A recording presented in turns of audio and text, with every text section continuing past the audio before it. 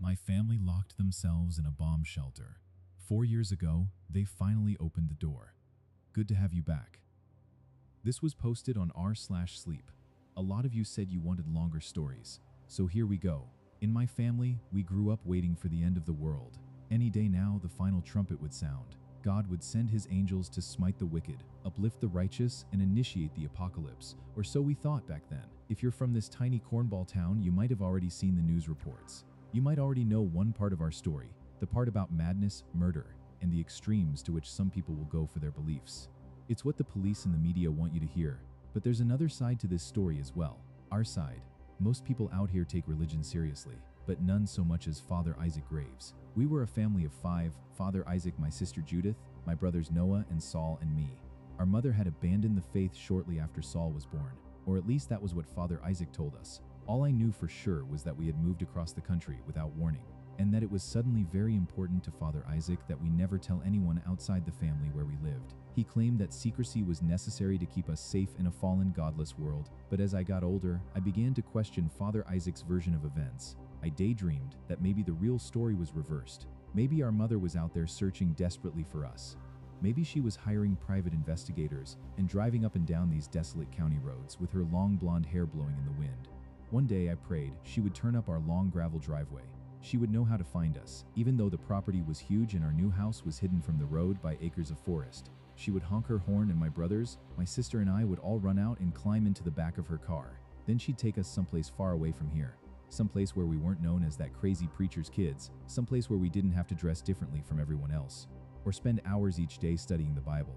Of course, I felt guilty for having such thoughts. I asked God for forgiveness every night, especially because, considering how things were going in the world, Father Isaac seemed to have been right all along.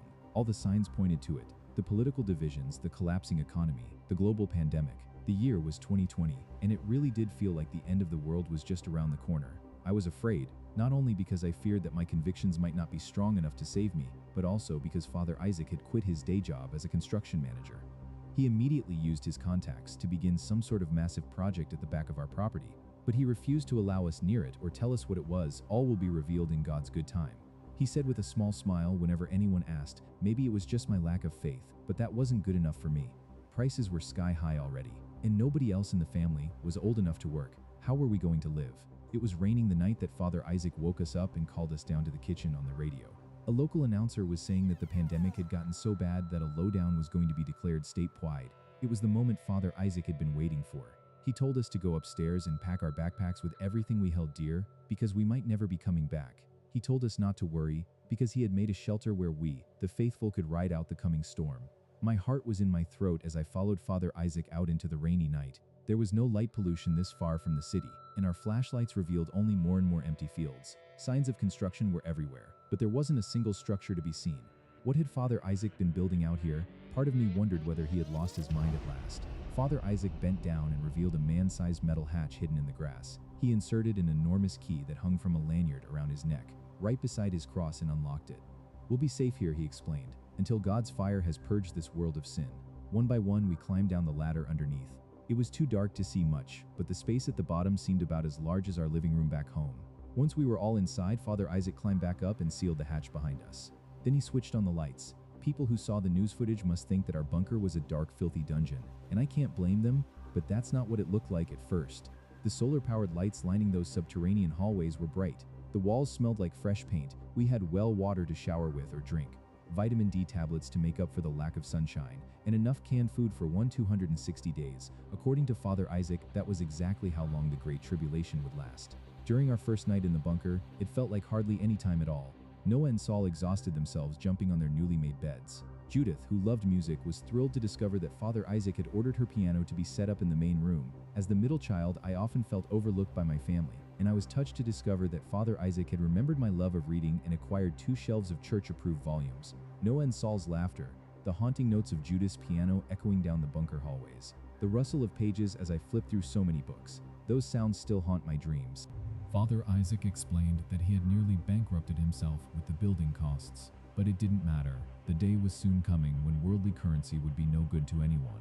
There was a radio set up to monitor events in the world outside, but he cautioned us that we should listen for no more than an hour each day. There's nothing up there but corruption and tragedy, he warned us. I remember thinking suddenly of our mother and wondering how she would survive in the doomed world above. What would she have thought of Father Isaac's grand plan for surviving the apocalypse? I tried not to ask myself that question too much because I already knew the answer. She would have told me to run. She would have told me to get as far away from Father Isaac as possible, just like she did. Then again, if I had, I would still be up there waiting to fall victim to disease, food shortage, and God only knew what else. Thanks to Father Isaac, I was safe and sound with the rest of my family. I no longer had to worry what other people in town thought of us, or about how I was going to tell Father Isaac that I planned on moving away when I turned 18 dozens of feet of earth, and steel had cut me off from the problems of the world. Although I had never been to an amusement park or ridden a roller coaster, I imagined that it was similar to what a person must feel when a roller coaster's safety bar lowers and the wheels begin to move.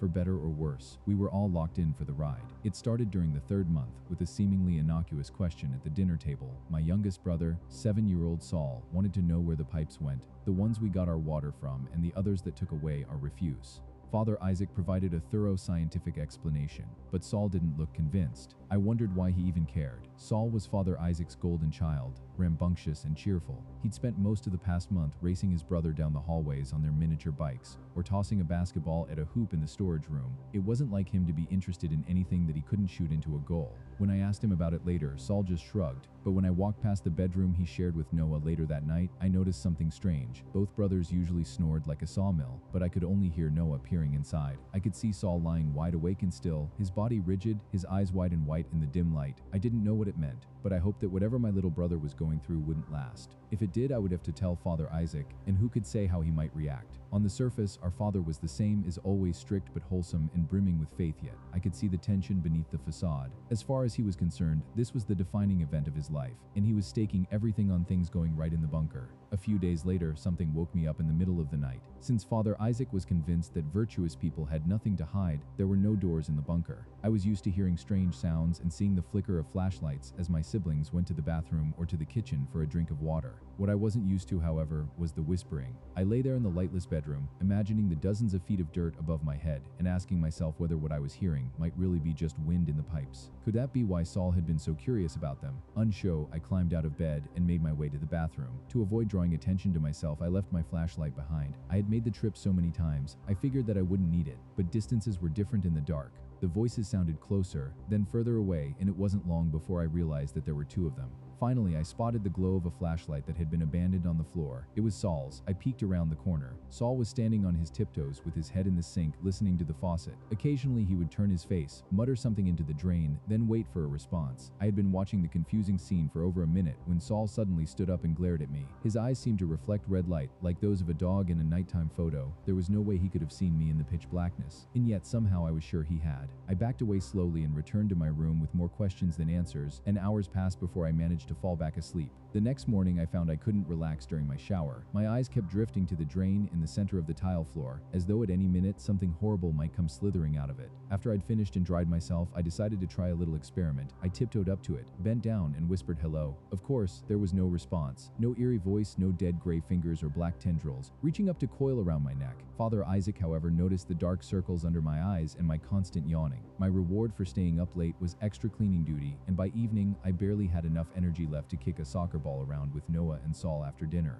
I usually played goalie, while 9-year-old Noah and 7-year-old Saul ran back and forth trying to score. There wasn't much space in the empty second storage room, but at least it passed the time that night. However, Saul didn't seem to be aiming for the goal. He seemed to be aiming for me. Barely 5 minutes into our game, he kicked the ball straight into my stomach, winding me. It seemed impossible that such a small boy could do so much damage, yet there I was, gasping for air.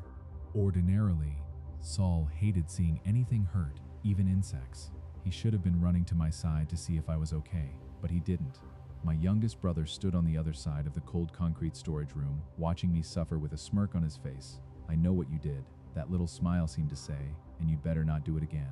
I heard Saul whispering again a few nights later, but I didn't go after him. The truth was, I was becoming more than a little afraid of my little brother. Instead, I snuck into the kitchen and tried to listen from there. If I was caught, I figured I could always just say I was getting a glass of water. This time I was sure there was definitely someone talking inside the pipes. The voice was deep, smooth, and masculine. It reminded me of a politician giving a speech, except that I couldn't understand a single word it was saying. It sounded like gibberish, or maybe some secret code that only the speaker and Saul shared, because regardless of what the voice said, my little brother responded to it, answering in the same garbled language. Considering Saul's other odd behavior lately, I realized that I couldn't put it off any longer. I had to tell Father Isaac, just like Saul had before. I tried to approach the topic by asking Father Isaac questions about the bunker itself. Had he really supervised the entire construction project? Was it possible that there were hidden rooms or passages that we didn't know about? Father Isaac laughed and told me I'd been reading too many books. Then the next morning, something occurred that pushed Saul's nocturnal conversations completely out of my mind. War broke out in the world above. The details don't matter, especially because I now know them all to be false. At the time, however, we were only receiving a single radio station, the only one that reached the bunker. Everything sounded real, especially because it fit into Father Isaac's preconceived notion of what was about to happen. After all, pestilence was already here. Could war, famine, and death be that far behind? Even so, there were signs we could have noticed. The reporter's accent was slightly different from what we were used to, and at times he mispronounced certain words, almost like something that had never spoken a human language before and was just imitating the local reporter's mannerisms. For some reason, the differences reminded me of the voice I'd heard in the pipes. With each passing day, the news became darker, strengthening our faith and our trust in Father Isaac. Instead of depressing us, the tragedies that were supposedly happening in the world above made our bond stronger than ever. At night, we gathered around Judith's piano and sang hymns for a burning world. A year passed that way. A good year for the most part, as long as I ignored the ominous changes in my youngest brother. By that Christmas, the loud, fun-loving side of Saul had mostly disappeared. He had become observant and sly, appearing unexpectedly, and never forgetting an offense. Noah used to compete and roughhouse with his younger brother constantly. Now, however, he seemed almost afraid of him. I couldn't blame Noah because I was scared of him too. It wasn't just the personality change, it was the way Saul seemed to know things that should have been impossible to know. X